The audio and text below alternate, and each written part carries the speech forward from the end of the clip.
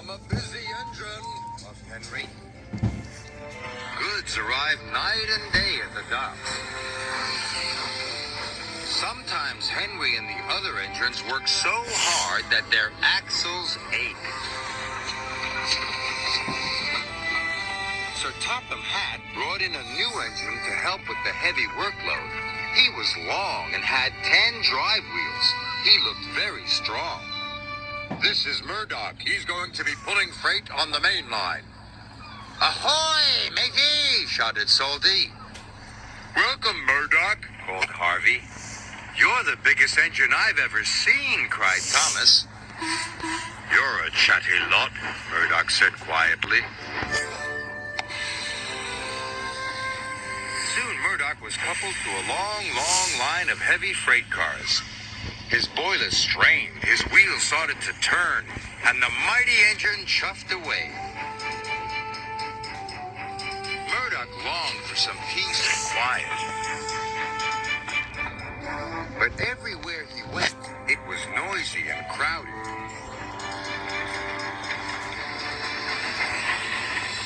At the end of the day, Murdoch was looking forward to a good night's rest. But Salty and Harvey were full of questions. What's the longest train you've ever pulled? Have you ever worked Marseille? Have you ever crashed? Please, I want some peace and quiet. And I don't want to share a shed with chatterboxes. No need to be rude, puffed Harvey. Well, we're only being friendly, matey. The next morning, Murdoch collected another long, heavy train.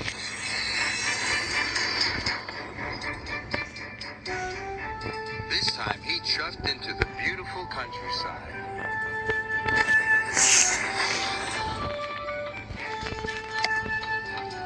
It was splendid.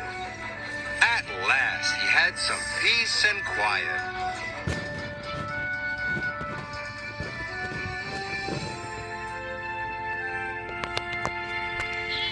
Suddenly, his driver applied the brakes.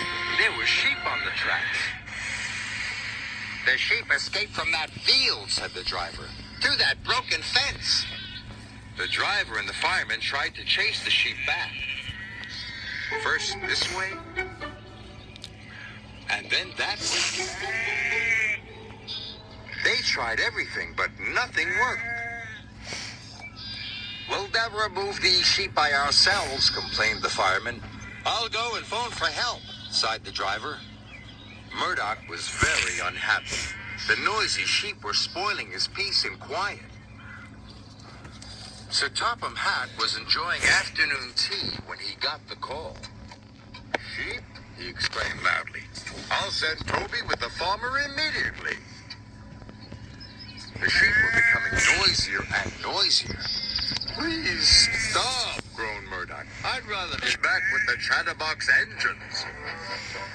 Just then, Toby chuffed into view. Toby, exclaimed Murdoch. We're certainly glad to see you. Before long, the farmer and his dog went to work.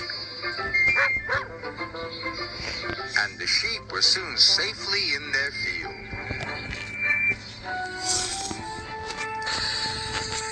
And Murdoch was on his way again. Thanks, Toby. That evening, Murdoch parked between Harvey and Salty. But Murdoch spoke first. I'm sorry that I was cross, he chuffed. I'm very pleased to share a shed with you.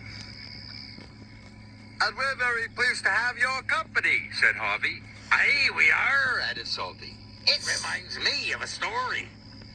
Murdoch smiled. The sound of ba-ba would have kept him awake, but a Salty story would send him happily to sleep.